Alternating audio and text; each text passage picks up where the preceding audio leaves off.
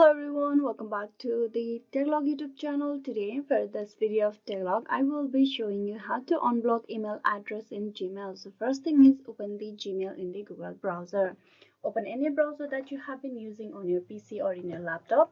Then click open new tab and there on the search bar you type gmail.com and open your Gmail mail. Now once you open the Gmail, you need to click on setting over here on the top right and then tap on see all setting. Once you're at the all setting page, you need to tap on filter and blocked addresses. Click that.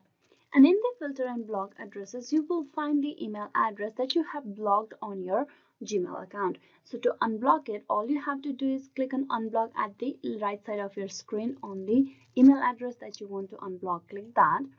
Message from Facebook will appear in your Facebook. Click on unblock. With that, your email address will be unblocked. Click on the unblock and again, and everything that you have blocked on email will no longer be a blocked email. This is a way how you can unblock email address in Gmail. Hope this video was useful. Please like and subscribe the Techlog YouTube channel. Thank you for watching till the very end.